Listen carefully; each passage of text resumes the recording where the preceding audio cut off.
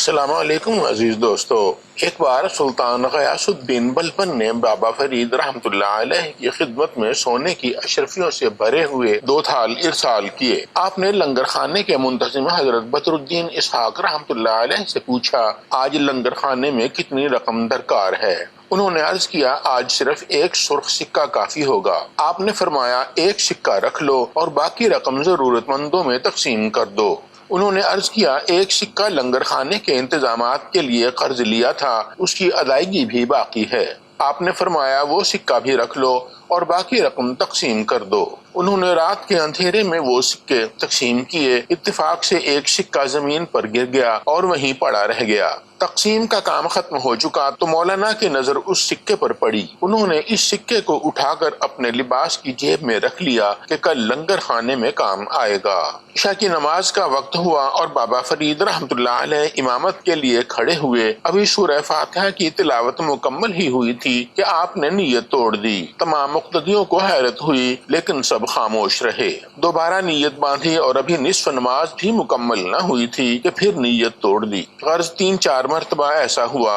آخر بابا فرید رحمۃ اللہ علیہ مصلی پر بیٹھ گئے۔ تمام مرید اور خدمتگار شدید حیران تھے، لیکن کسی میں سوال کرنے کی جرأت نہ تھی۔ آخر آپ نے خود ہی مولانا بدر الدین اسحاق رحمۃ اللہ علیہ سے فرمایا، مولانا مجھے نماز میں حضوری حاصل نہیں ہو رہی۔ حضرت بدر الدین اسحاق رحمۃ اللہ علیہ دست بستہ کھڑے ہو گئے اور عرض کیا، سیدی اس سلسلے میں یہ ناقص کیا کر سکتا ہے؟ آپ نے کچھ لمحے کی خاموشی کے بعد پوچھا، مجھے ایسا محسوس ہوتا ہے جیسے سلطان کی طرف سے آئے ہوئے سکوں میں سے کچھ باقی رہ گیا ہے۔ مولانا تم نے ساری رقم محتاجوں میں تقسیم کر دی تھی نا؟ یہ سنتے ہی مولانا بدر الدین رحمۃ اللہ علیہ نے سر جھکا لیا، سیدی کل کے خرچ کے لیے 1 سکہ رکھا ہے۔ مرشد کی خفگی کے خیال سے مولانا کی آواز لرز رہی تھی۔ کدھر ہے وہ سکہ؟ بابا فرید رحمۃ اللہ علیہ کے لہجے میں خفگی کا عنصر نمایاں تھا۔ مولانا بدر الدین رحمۃ اللہ علیہ نے جیب سے سکہ نکال کر مرشد کی خدمت میں پیش کر دیا۔ بابا فرید رحمۃ اللہ علیہ نے وہ سکہ لے کر دور پھینک دیا اور فرمایا، یہی دھات کا ٹکڑا بندے اور اللہ کے درمیان حائل ہو گیا تھا۔ تمام حاضرین پر جیسے سکتہ طاری ہو گیا تھا۔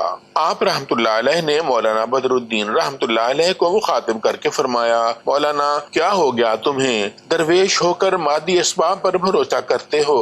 عمر گزری جا رہی ہے اور ابھی تک توکل کا مطلب سمجھ نہیں آیا آپ کو؟ اس کی رضاقی پر یقین نہیں ہے کیا؟ تو عزیز دوستو، اس واقعے سے ہمیں یہ درس ملتا ہے کہ اللہ پر توکل ہی بہت بڑی چیز ہے۔ اپنا خیال رکھیے گا۔ اللہ حافظ۔